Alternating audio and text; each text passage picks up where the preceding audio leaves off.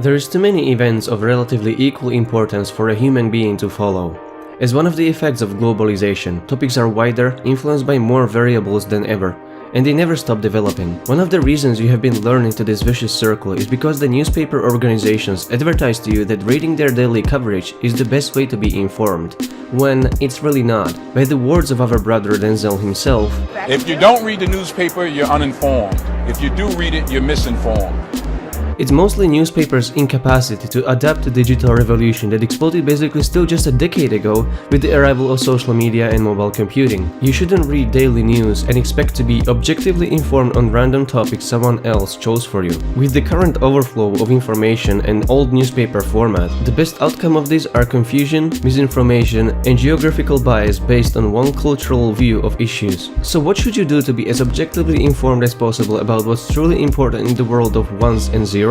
Let's get to this strategy that will hopefully make it easier for you to make sense of the chaotic mess we tend to call the Earth. No, I'm doing the fucking news. Stick to a short range of issues that are of most interest to you and start educating yourself about them. It's impossible to be uniformly informed about every topic. Pick whichever one suits your preferences and interests the best, regardless of their supposed real-world significance. For example, I only have 3 topics that I follow regularly: international security, digital rights, and economics. It's important to stay with the same topic for a while until you get educated enough about it so that you are immune to misinformation. So the next time you read an article about how rogue a foreign government is and how important it is to take military action against it, by the time you would have had enough knowledge to make up your own mind using information you learned before. So when it comes to a concrete international security issue that I don't have a prior satisfactory knowledge of when an event happens, I first look at newspaper headlines, then pick a couple of different articles. I try to understand the background of all the actors involved. Then I look at what stakes they have in the issue and how they can profit from what they are advocating for. Everybody pursues their own interests, which also means they will always criticize their counterparts. The best way to learn the whole picture is to hear what both competing sides have to say about one another. The best rule of thumb is to always follow the money. Try to find out who gets what when a certain action takes place. If an article you just read didn't tell you, comb through some other pieces until you find your evidence. I try to reach conclusions on whether the actions advocated for should be taken or not. In the long run, this really helps to evaluate what candidates you can rationally align yourself with in the upcoming elections.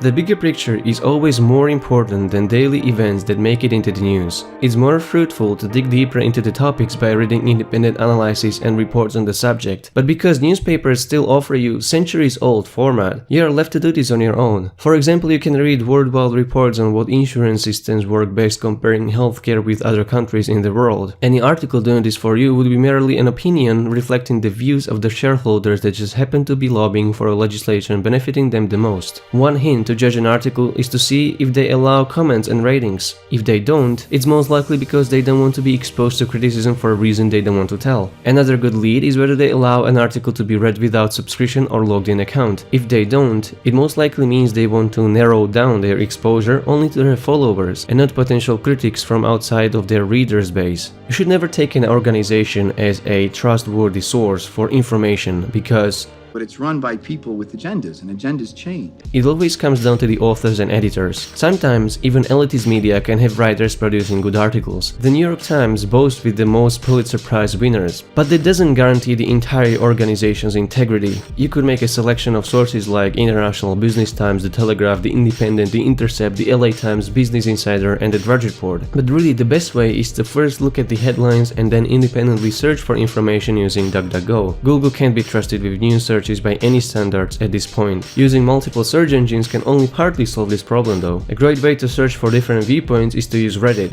You can browse Reddit without an account, and you can always find anonymous views from people from all walks of life. There is always a subreddit community devoted to every worldview on the planet, so take advantage of that. Read the comments under articles if the news site allowed them. When an important event emerges, having a digital newspaper subscription doesn't serve the need to get objective coverage. Instead, the best way is to look at the headlines from various sites and see what angle they are trying to cover it from. It's good to pick at least 3 articles on the same event from completely different viewpoints. For example, if you read an analysis of the French election on the New York Times, you shouldn't expect challenging view from the Washington Post. It's great to seek foreign sources that write in English. There is a strong geographical bias in the Western reporting, just like in any geographical area for that matter. Geographical bias generally represents an effect when majority or all sources forming a conclusion are civilizationally fairly homogeneous, which most likely suggests they didn't take enough counterpoints into consideration. No event occurs isolated from the rest of the globalized world, so no objective study should be isolated from other viewpoints. I also don't like listening to politicians speaking. They don't usually say much of a substance and they usually express their intentions most clearly in text anyway.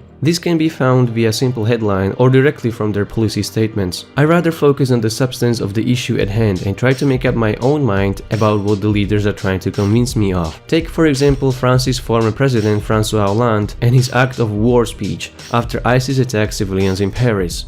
Ce qui s'est produit hier à Paris, c'est un acte de guerre.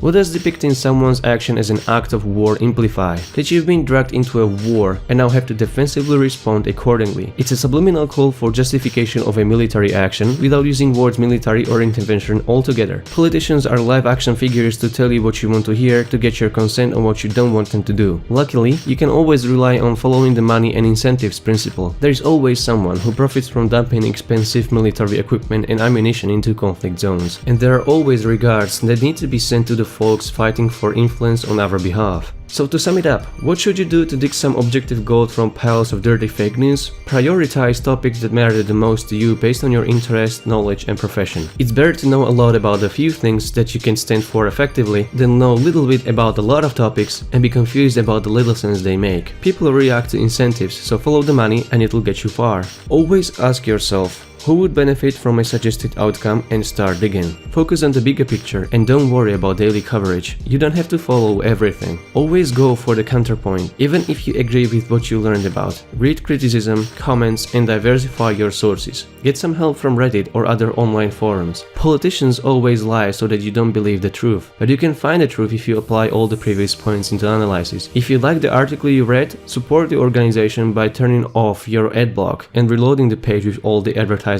on. You can do the same with me as well. Thank you very much for watching. I hope you enjoyed my another video analysis. Feel free to leave your feedback by clicking the like button and sharing your comments. And also feel free to subscribe for more videos like this in the future. See you next time.